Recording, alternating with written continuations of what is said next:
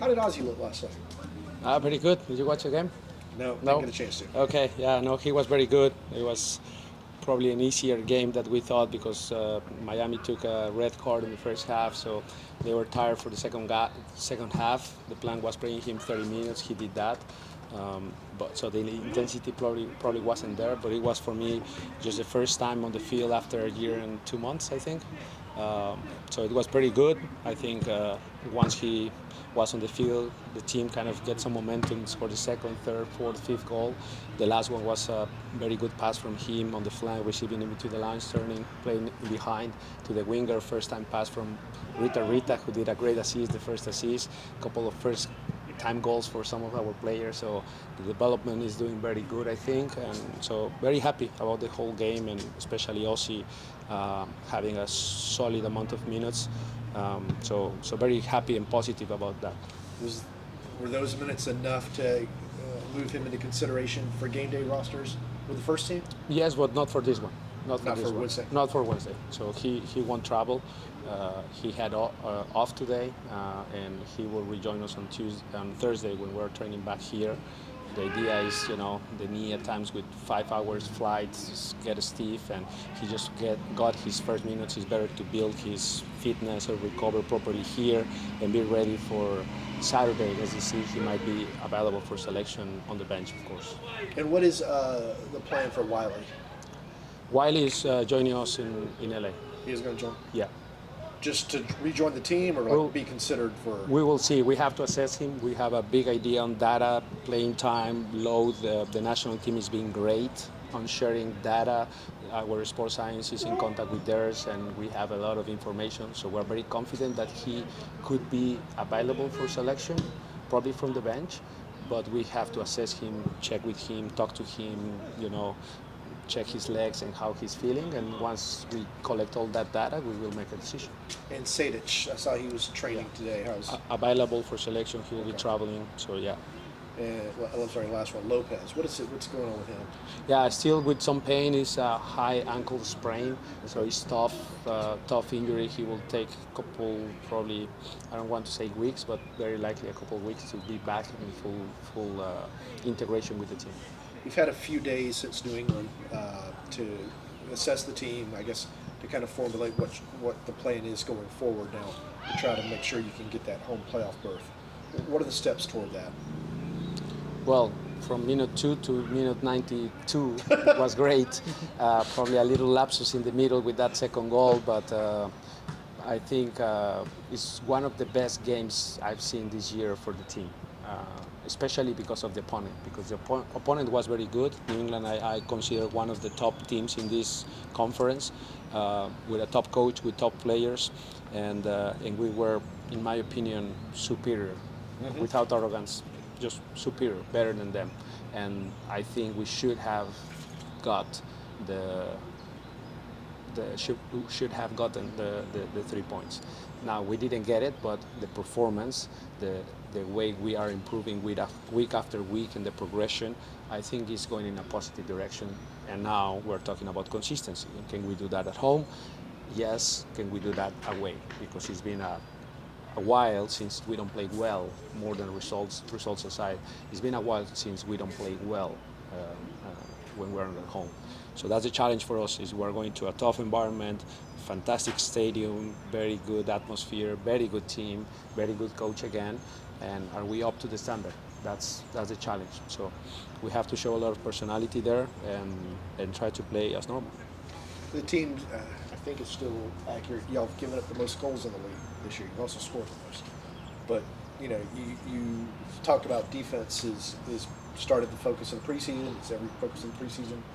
What is going on that y'all have given up some of the goals? Is there a consistency, a consistent trend to it? Well, I try to analyze all the goals that we conceded, and specifically the topics for each one of them. I still have to do a deeper look on clear chances and expected goals above 0.1, where those come from. But surprisingly, for example, we only concede one goal in transition in those moments that we've been talking about, both fullbacks very high in higher positions and that. We only concede one against Nashville, and that was we were attacking the final third, then they played Mokhtar, then they played the other kid, was in Toronto, and then he scored the goal in transition. It's been the only clear transition moment when we are in the final third, and it's a long transition moment. So it's not many, actually. More goals from restarts, 3 from throw-ins is very poor from us. We shouldn't concede those from probably from the middle of the field, free kicks from middle of the field. The last goal we conceded was from a free kick that was probably 20 yards ahead from the foul was, but maybe 20 is an exaggeration, but 10, 15 yards for sure.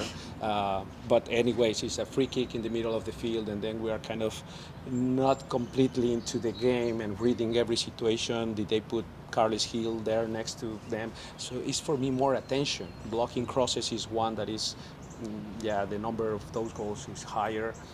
Defending on the far post, there are a few that we worked yesterday and the day before on that, on how we can close them down better, how we can block the cross and have protection on the back, how we can be better organized. But for me, it's more than anything, it's attention, and it's that full organization in those key moments. But I don't think we concede many clear chances aside from mistakes. Like if we do a silly mistake in the build-up, whatever, okay, but it's not like we are fragile on the back. I feel it's more key moments where we are not alert enough or we don't pay attention to little details, and then we're punished. So of course it's a point of emphasis for us to improve on, but also look at the positives, look at the amount of goals we score, the amount of pressure we are able to put in many games to the opponents. So I think we have something to continue, something to start to do, something to stop doing, and I think we follow that process and we know clearly what is each one of those. We're going to improve. What were your thoughts on Franco Barnes' performance in particular? I think it's hard to highlight only one performance. I think the big majority of them had a fantastic performances.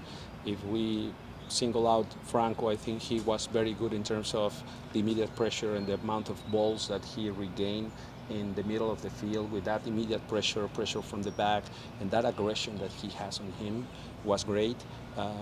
What I liked is he was in good positions to receive in behind the center forwards, whether it's a direct pass or a third man pass, and then from there progress the ball forward a little bit better. I think that's what I was missing, a little bit better passes into Thiago, into Rossetto, into Yaku. But he was very good, very solid. It feels like he's taken a step forward this year, particularly in regards to ball progression. Do you agree with that? Or? Yes, I think the big schemes of things, with the ups and downs, I think he's having a very good season. I think it has been disrupted with the injury in New York City, the suspension, the next suspension for the 5 yellows, and then a couple lingering things with his foot. So it's been like that, but when he's 100%, he's been pretty good. So yeah, we're working on consistency. When you're a kid, 20, 22, you need consistency, consistent performance. No, so he's showing that he's capable of performing at a good level. Can he do that every game? And that's the challenge for the kids. That's the challenge for consistency. That's what will make them reliable in a roster. So I think he's going in the right direction, but of course, still work to do on being consistent. Do you feel like he was maybe playing out of position last year? It seemed like he was more of an 8. Oh, that's a very interesting question because, when I first got here, I assumed he was an 8. He was in that role. I was told he was an 8, so I wasn't even thinking on another position. I had Santi. Santi was pretty solid in that moment, so I was thinking more of an 8 when we need that fierce, that power. An 8 similar to the 8s for Liverpool. 8s that are the Keitas, the Wijnaldum, that are maybe not super technical, but there are guys that are pressing all the time, right? So I was thinking when we need that's Ibarra.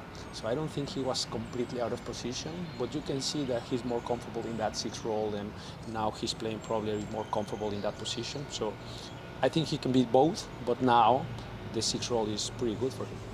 What are you expecting from LAFC after CCL last night? Well, I always prepare the team as if we're facing the best of them. So we show them. Rob, Jose, our video analyst, and Rob, they're doing a great job at putting very specific clips on on things for them, and we show them the best of them, and also the areas where we can attack, right? So if they rotate or not, that's, we don't know. What we know is the tendencies of their team. We expect a team that is very good at pressing high. They're very aggressive. They like to press with the front three, very high, very aggressive. They work for each other very well, whether it's the front three or the three midfielders in the middle. At times they are not in the same positions and they do the same duties, so they understand the roles of each other. They cover for each other, they run. So it's going to be an intense game, but I think that's where we need to be good on the ball. We need to be very, very good on the ball, because if we give them a lot of time and space, if we give them the control of the game, they certainly can punish. They have very talented players up front. So we will see what they present in terms of lineups, but I expect the best LAFC always. Gonzalo, you're traveling to face LAFC. Does them being the defending champs add any extra motivation to get a result? Oh, for sure. It's always a privilege to play the team that did very well, and I have a lot of respect for that franchise, for that team. They've been fighting since the very beginning of their existence. We had very good games with Sounders against them, one final in that conference that was very famous, and it's been always a franchise that has good players. I think Carlos Vela is the face of LAFC, and of course if he plays, he's a different player. So yeah, I think it's extra motivation. Yeah, for sure. I think they're the champions. We have to respect that. They went to the final with CCL, so that tells you that they're a great team. So of course you always want to assess yourself where you are against the big clubs, and LAFC is one of those. And the team, on average, the average shot distance conceded has been 17.1 feet. That is the sixth closest in the league. How can you avoid giving away shots so close to goal? Well, as I was saying, I don't think it's the volume of the chances we're getting, it's the quality of the chances that we're giving up. I think that's what put us in a bad position. But many of those, there's been a few that has been, just silly mistakes in the build-up, right? Last game, the first goal against Columbus, one silly pass against Chicago, one pass backwards and puts them 1v1 against our goalkeeper. So it's a little bit of that we need to clean up, but at the same time, playing from the back is always the foundation of our game. If we disrupt very well with those 7 against 6 plus the goalkeeper 8v6, and we do that very, very well, I think in the final third, that's why we're also scoring many goals, because we disrupt the opponent. So it's give and take. Then the clear chances, I think, is a lot of giving up a lot of crosses, defending inside the box, life or death, but also organization. It's also tactics, which is the role of each player inside the box. Covering the cutbacks, covering the near post, far post, middle of the box. Key areas inside the box, how we defend that, whose role is that. Understanding all those little situations in every part of the game, I think is important. Of course, we can do much better. We worked yesterday, we watched the film again. We worked yesterday very, very hard on that. Actually, it was a fantastic session. I would love you guys see it, because it was full of energy, good actions, offensively, defensively, very tight areas. It was just defending, sprinting out to defend crosses, and then second balls, and then the third ball, just to create chaos. And from there, you have to regain the shape quickly. So it was a very good session. We are working on that. We know it's an area where we can improve massively, and I think if we correct that and we continue with the attacking, I think we're going to be fine. Two transfer-related questions. You're getting closer to the date for Araujo to leave to go to Brazil. Is the plan still to continue playing him as many minutes, or are you considering some sort of transition plan to get whomever is next up more minutes there?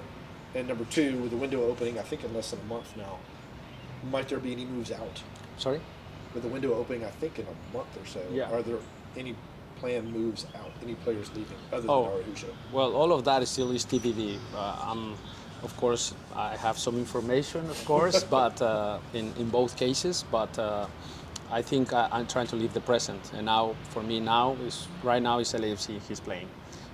Then very short turnaround is DC. I think if he's capable, he's going to repeat. And then we will see after that. We have a break and we have to assess many things. But as of now, I think he's playing. Then for future signings or leaving, this is crazy things in MLS in the middle of the season.